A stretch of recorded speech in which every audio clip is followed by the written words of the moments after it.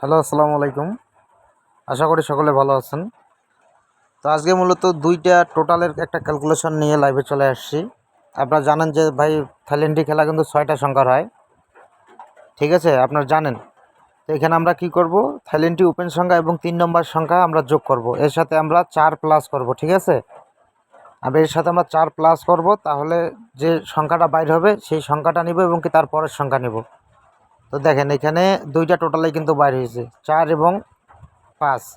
তো টোটাল কী মারছে, খেলা মারছে 0, 4, 1। তো এইভাবে কিন্তু প্রতিটা ক্যালকুলেশন, ঠিক আছে? আমি কিন্তু প্রথমটা প্র্যাকটিক্যালি দেখা দিলাম।